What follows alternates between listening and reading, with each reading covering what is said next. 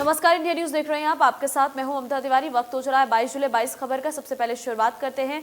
राज्यसभा में नए सांसदों ने शपथ ली है। हरियाणा से बीजेपी सांसद कृष्णलाल पंवार और निर्दलीय उम्मीदवार कार्तिकेय शर्मा ने शपथ ली। कार्तिक शर्मा ने निर्दलीय उम्मीदवार के तौर पर जीत दर्ज की है। कार्तिक शर्मा को बीजेपी जेजेपी का समर्थन मिला हुआ है और कार्तिक शर्मा ने कांग्रेस के अजय माकन को हराया था। मैं कार्तिक शर्मा जो राज्यसभा का सदस्य निर्वाचित हुआ हूं, ईश्वर की शपथ लेता हूं कि विधि द्वारा स्थापित भारत के संविधान के प्रति सच्ची श्रद्धा और निष्ठा रखूंगा। मैं भारत की प्रभुता और अखंडता अक्षुण्ण रखूंगा तथा जिस पद को मैं ग्रहण करने वाला हूं उसके कर्तव्यों का श्रद्धापूर्वक निर्वहन करूंगा।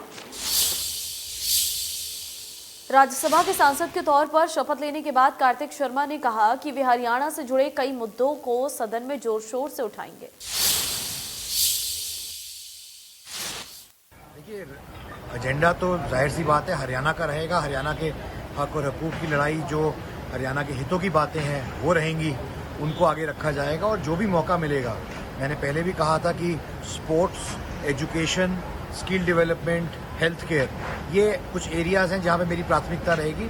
और जो भी मुद्दे हरियाणा से जुड़े हुए, हरियाणा के लोगों से जुड़े हुए, उनको उठाया जाएगा और उनके लिए मैं ज़्यादा से ज़्यादा कार्यरत रहूँगा और मैं बढ़ चढ़ के हिस्सा लूँगा सांसद के तौर पर संसद की कार्रवाई में। ये युवाओं के लिए मेरा बहुत ही ज़्यादा फोकस रहेगा और मैं उम्मीद रखता हूँ कि मुझे समय मिल पाए कि मैं अपनी बात रख पाऊँगा युवाओं के लिए, क्योंकि वो मेरी सबसे बड़ी प्राथमिकता है।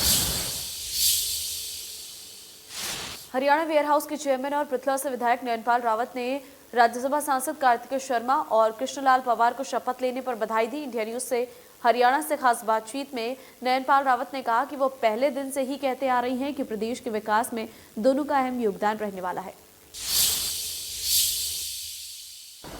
प्रदेश के नवनिर्वाचित राज्यसभा सदस्य कार्तिकेय शर्मा और कृष्णलाल पंवार ने आज राज्यसभा में शपथ ले ली है। प्रदेश के विकास में उनका किस तरह का अहम योगदान रहने वाला है। हमारे साथ में पृथला से विधायक हैं नयनपाल रावत, उनसे बात कर लेते हैं। सर, दोनों राज्यसभा सांसदों ने आज शपथ ले ली है, कैसे देखते हैं आने वाले उनके दिन, जिस तरह से प्रदेश को लेकर खास तौर से? देखिए, मैंने चुनाव के दौरान भी ये कहा था और ना केवल भारतीय जनता पार्टी के विधायकों से, जेजेपी के विधायकों से, निर्दलीय विधायकों के साथ साथ मैंने कांग्रेस के विधायकों से भी अपील की थी कि हरियाणा के हित में, हरियाणा के विकास के लिए श्री कृष्णलाल पंवार जी को, श्री कार्तिकेय शर्मा जी को वोट करें। और इसके लिए माननीय मुख्यमंत्री महोदय बधाई के पात्र हैं, हमारे सभी विधायकगण बधाई के पात्र हैं। और मैं अपनी तरफ से इनको बधाई भी देना चाहता हूं, कार्तिकेय जी को, कृष्णलाल पंवार जी को। और क्योंकि कृष्णलाल पंवार पूर्व में हरियाणा सरकार में मिनिस्टर रहे हैं, उन्हें इस बात की पूरी जानकारी है कि हरियाणा के हितों को किस तरह से सर्वोपरि रख के उन पर काम कराया जाए। और कार्तिकेय शर्मा भी नए हैं, पॉलिटिकल घराने से हैं, तो निश्चित तौर पर हरियाणा को इन दोनों ही राज्यसभा सदस्यों का लाभ मिलेगा। और न केवल हरियाणा को लाभ मिलेगा बल्कि देश की राजनीति में माननीय मोदी जी के साथ मिलकर जो भी बिल राज्यसभा में जाएंगे उनको पास कराया जाएगा जो देश के हित में होंगे। क्योंकि सारा देश और प्रदेश जानता है कि मोदी जी और मनोहर जी इस देश और प्रदेश के लोगों के लिए कितने आगे बढ़ कर के कार्य कर रहे हैं, कितने इस देश को ऊंचाई पर ले जा रहे हैं। लेकिन सवाल बीच में ये है कि जिस तरह से कार्तिकेय शर्मा लगातार आवाज़ उठाते रहते हैं, खास तौर से युवाओं की, रोजगार की बात करें चाहे खेल जगत की बात करें, उनकी तमाम कोशिशें रहती है कि हरियाणा के खास तौर से प्रदेश के युवाओं को आगे ले जाया जाए। उसको किस तरह देख रहे हैं सर? देखिए, मैं तो इस बात के लिए हरियाणा की जो सरकार है माननीय मनोहर लाल जी की, उसको तहे दिल से बधाई भी देता हूँ, धन्यवाद भी करता हूँ कि जब से माननीय मोदी जी की और मनोहर जी की सरकार आई है, अभी आपके सामने ओलंपिक खेल जो यूके में चले हुए हैं, उसमें भी हमारे 5 से 6 मेडल हम जो हरियाणा के लोग हैं, देश के लोग हैं, वो ले चुके हैं। और सबसे ज़्यादा मेडल कार्तिक शर्मा ने आज राज्यसभा सांसद के तौर पर शपथ ली है, जिसके चलते प्रदेशवासियों में खुशी की लहर है। अंबाला में भी लोगों ने खुशी मनाई है। अंबाला वासियों का कहना है कि शर्मा परिवार सालों से हरियाणा की सेवा कर रहा है। स्वास्थ्य, शिक्षा, खेल के लिए कार्तिक शर्मा पहले से बहुत काम कर रही हैं। उन्हें पूरी उम्मीद है कि वे हरियाणा के लिए इसी तरीके से काम करते रहेंगे। अच्छी बात है, एक बढ़िया फैमिली से बिलोंग करता है। हम इसके दादा, इसके डैडी को, इसको तो कम जानते हैं, उनको ज़्यादा जानते हैं। उन्होंने अच्छा काम किया, जहाँ भी रहे, चाहे पंजाब में रहे, अम्बाड़ा में रहे, तो अच्छा काम किया। निस्वार्थ काम किया है, ऐसे आदमी को गाना चाहिए। और बड़ी खुशी की बात है, एक नौजवान बेटा आगे आया है, वो हरियाणा के लिए तो करेगा ही करेगा, और स्पेशली अम्बाड़ा के लिए मैं चाहता हूँ कुछ सोच के ज़्यादा करेगा, क्योंकि यहाँ उनकी बहुत संबंध है अम्बाड़ा में, उसके डैडी के और उनके अपने। कार्तिक जी के राज्यसभा सांसद बनने पे पूरे हरियाणा को बहुत ही गर्व है, जो इन्होंने एक युवा सांसद हरियाणा में आए हैं। जैसे कि आपने देखा है कि कई सालों से विनोद शर्मा जी, व मेरी शक्ति रानी शर्मा जी और कार्तिक शर्मा जी अम्बाला की जनता की सेवा कर रहे हैं। तो आप ये आज से नहीं, ये कई सालों से चल रहा है। स्वास्थ्य और शिक्षा के अभियान चल रहे हैं अम्बाला में, जगह जगह हर संडे को कैंप लगाया जाता है। आज हरियाणा के लिए बहुत ही गौरव की बात है कि हरियाणा से एक युवा सांसद श्री कार्तिक शर्मा जी चुनकर जो गए हैं, आज वो देश के बड़ी पंचायत में पहुंच चुके हैं और हमें हरियाणा वासियों को बहुत ही उनसे उम्मीद है कि वो हरियाणा के विकास के लिए अपना पूरा तन मन धन से सहयोग करेंगे। जो कार्तिक शर्मा जी अम्बाड़ा की अपना राज्यसभा की शपथ ले रहे हैं, ये हमारे हरियाणा के युवा वासियों के लिए बहुत ही गर्व की बात है, क्योंकि एक युवा राजनीति में जो सबसे बड़ी पंचायत है उसमें जा रहे हैं, तो इसमें ये कन्फर्म है कि अम्बाड़े के युवाओं को इसका बेनिफिट मिलेगा।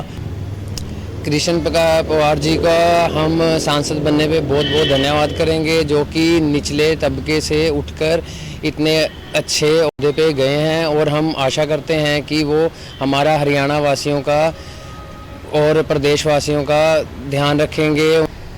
हरियाणा से पहली मर्तबा कोई जुझारू पढ़ा लिखा नवयुवक राज्यसभा में इस प्रदेश की नुमाइंदगी के लिए गया है, और हरियाणा प्रदेश के जो सही हितों की जो आवाज़ है वो हमें मतलब जो चेहरा चाहिए था भी, हाँ भी वाकई कोई हरियाणा के पक्ष की बात जोरदार तरीके से रख सकता है, तो वो काबिलियत हमें इस चेहरे के अंदर नज़र आती है। हमारे पूरे हरियाणा की जनता के लिए, खासकर अम्बाड़ा की जनता के लिए ये बड़ा ही सौभाग्य का विषय है कि कार्तिक शर्मा जी जैसे युवा नेता, जुझारू नेता राज्यसभा मेंबर चुनकर भेजे गए हैं, जो कि गरीबों की, दलितों की, पूरे हरियाणा प्रदेश के निवासियों की आवाज़ को राज्यसभा में बुलंद।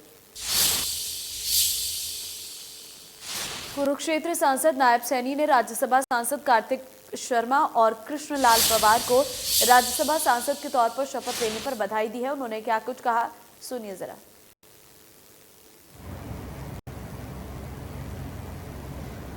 कार्तिक शर्मा और कृष्णलाल पवार बीजेपी से दोनों ही एमपी राज्यसभा में आज उन्होंने शपथ ली है, क्या कुछ कहना चाहेंगे? देखिए, कृष्णलाल जी पवार और कार्तिक शर्मा ने, क्योंकि प्रदेश के लोकप्रिय मुख्यमंत्री जी ने जिस प्रकार से काम किया है, और दोनों के दो सांसद वो राज्यसभा के अंदर पहुंचे हैं जिन्होंने शपथ ग्रहण लिया है, मैं उनको बहुत बहुत बधाई और शुभकामनाएं देता हूं कि वो अपने स्टेट्स की बात को और विकास कार्यों को आदरणीय प्रधानमंत्री नरेंद्र मोदी जी के साथ मिलकर के उनको मजबूती से आगे बढ़ाने का काम करेंगे। उनके मैं जो भविष्य की कामना करता हूँ, उनको बहुत बहुत बधाई और शुभकामनाएं देता हूँ। चलिए आगे बढ़ते हैं। भिवानी के मिल्कपुर गांव की पिछड़ा वर्ग की बस्तियां इन दिनों नरक बनी हुई हैं। बरसात के कारण जलभराव की स्थिति है, जिससे लोग काफी परेशान हैं। भिवानी जिला के गांव मिलकपुर में पिछड़े वर्ग की बस्तियां इन दिनों नरकीय जीवन जीने को मजबूर हैं, क्योंकि पिछले दिनों हुई बारिश ने यहां की गलियों को जल से भर दिया है, जिससे बच्चों, बूढ़ों और महिलाओं का निकलना दूभर हो चला है। वार्ड नंबर 1 व 2 के ग्रामीण भारी संख्या में एकत्रित हुए और मीडिया के सामने अपना दुखड़ा रोया। उन्होंने कहा कि कई बार इस समस्या से प्रशासन को अवगत करवा चुके हैं, लेकिन इस समस्या की तरफ कोई ध्यान नहीं है। उन्होंने जल्द इस समस्या से छुटकारा दिलाने की मांग की है। उन्होंने बताया कि जल भराव होने की वजह से मकानों में दरार पड़ गई है और छत टपक रही है, जिससे हम नरकीय जीवन जीने को मजबूर हैं। भिवानी से सुमित जांगड़ा, इंडिया न्यूज, हरियाणा। चरखी दादरी में सीएम फ्लाइंग रोहतक और आरटीओ चरखी दादरी ईटीओ भिवानी की संयुक्त टीम ने ओवरलोड वाहनों पर कार्रवाई की। चरखी दादरी जिले में ओवरलोडिंग पर शिकंजा कसने के लिए सीएम फ्लाइंग ने छापेमारी करी और विभिन्न जगहों से वाहनों को जब्त किया गया और उनका चालान किया गया। ये चालान की खबर सुनकर वाहन चालकों में हड़कंप मचा हुआ है। करीब 30 के करीब वाहन यहाँ जब्त किए गए और उनके चालान किए गए हैं। चालान करने के लिए टीमों ने अलग अलग जगहों पर छापेमारी की। चरखी दादरी से इंडिया न्यूज के लिए सुरेंद्र।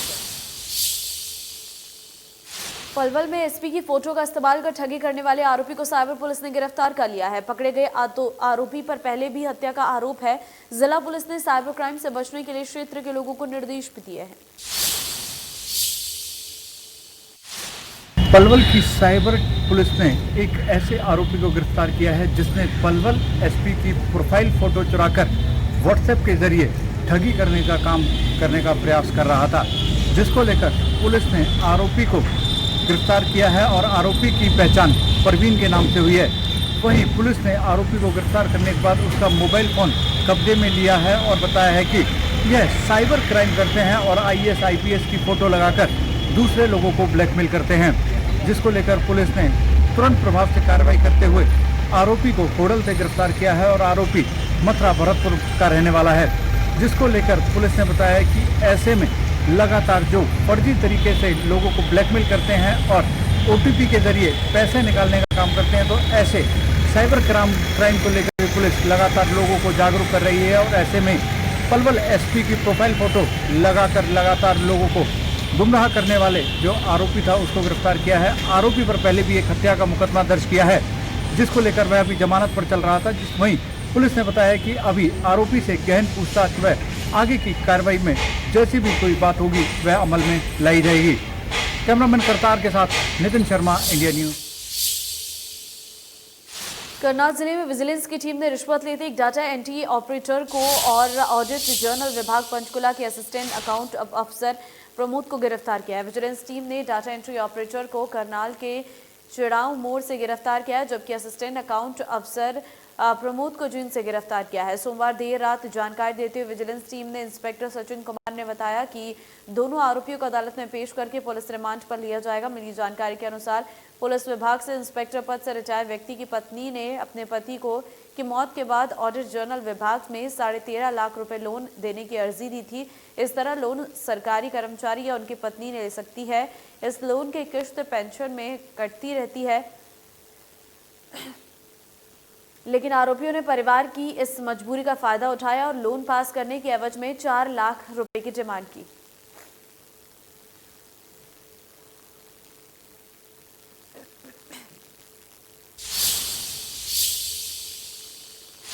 शिक्षा मंत्री कंवरपाल गुर्जर ने कहा है कि सरकारी स्कूलों में एडमिशन के साथ ही विद्यार्थियों को किताबें मिल जाएंगी। साथ ही उन्होंने कहा कि ड्यूल डेस्क सभी स्कूलों में उपलब्ध करवाए जाएंगे।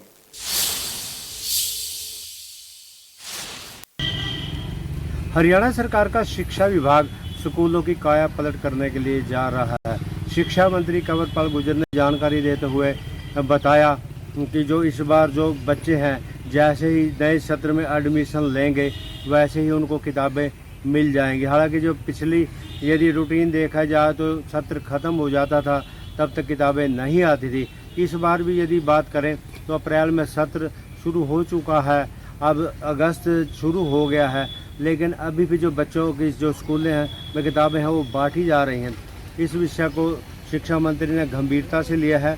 उन्होंने कहा कि इसकी जांच कराई जाएगी और जो भी दोषी पाया जाएगा उसके खिलाफ कार्रवाई की जाएगी। वहीं शिक्षा मंत्री ने कहा कि अब बच्चे टाट पर नहीं मिलेंगे, इसके लिए उन्होंने 200 करोड़ का बजट रखा है। जहां भी टाट है वहां डूल डेस्क खरीदे जाएंगे और जो बच्चे डूल डेस्क पर बैठकर बड़े आरामदायक तरीके से अपनी पढ़ाई करेंगे।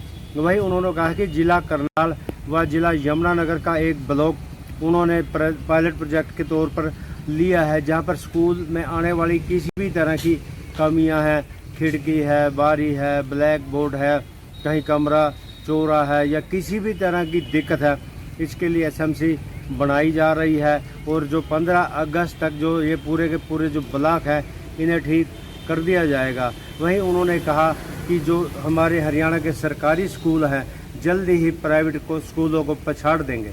यमुनानगर से देवीदास शारदा, इंडिया न्यूज़।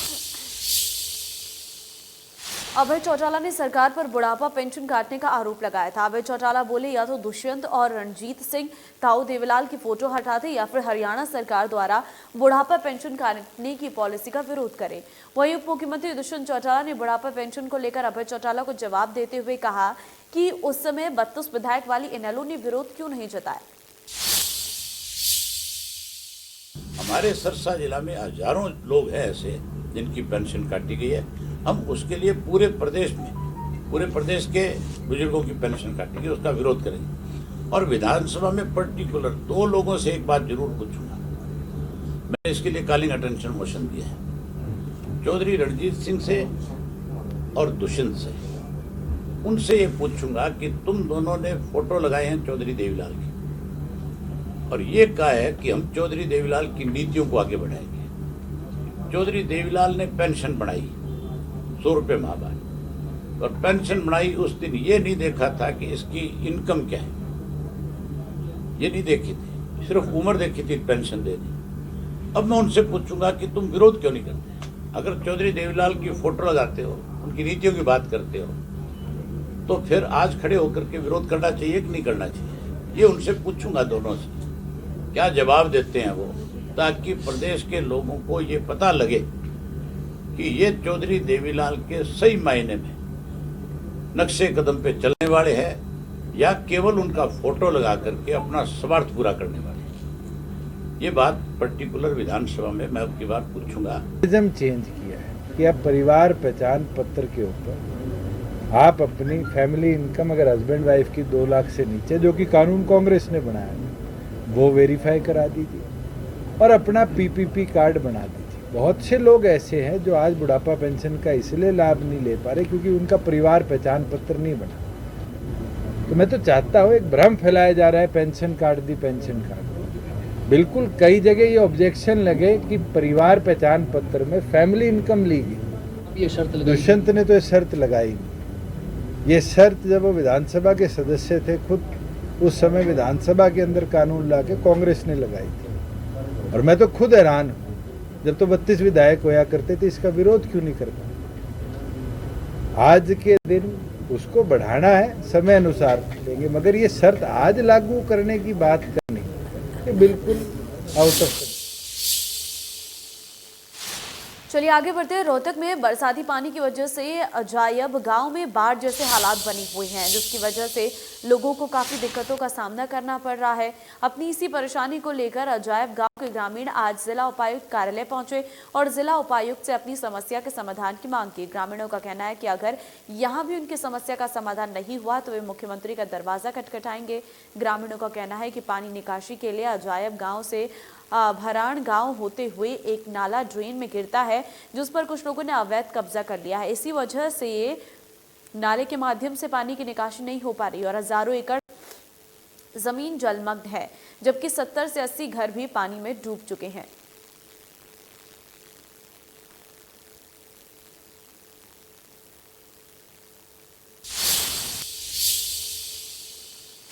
पिछले कई सालों से केजेपी पर काम करने वाले मजदूरों का वेतन नहीं मिला है। जहां सद्भाव कंपनी NHI का हवाला देकर मजदूरों के साथ नाइंसाफी कर रही है, वहीं आरोप है कि सद्भाव कंपनी ने सैकड़ों मजदूरों का NHI से पैसा लेकर हजम कर गई है, जिसके चलते मजदूर अपनी बेबसी और मजबूरी को लेकर प्रदर्शन कर रहे हैं।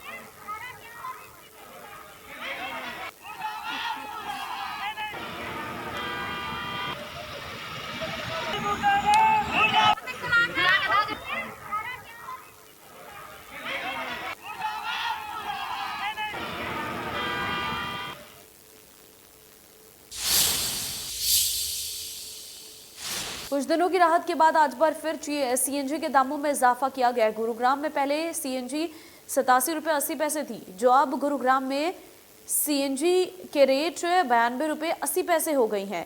ये स्थितियां हो गई हैं और लगातार जो है रेट उसमें इजाफा देखने को मिल रहा है, क्योंकि आपको बता दें कि महंगाई का दौर लगातार जारी है।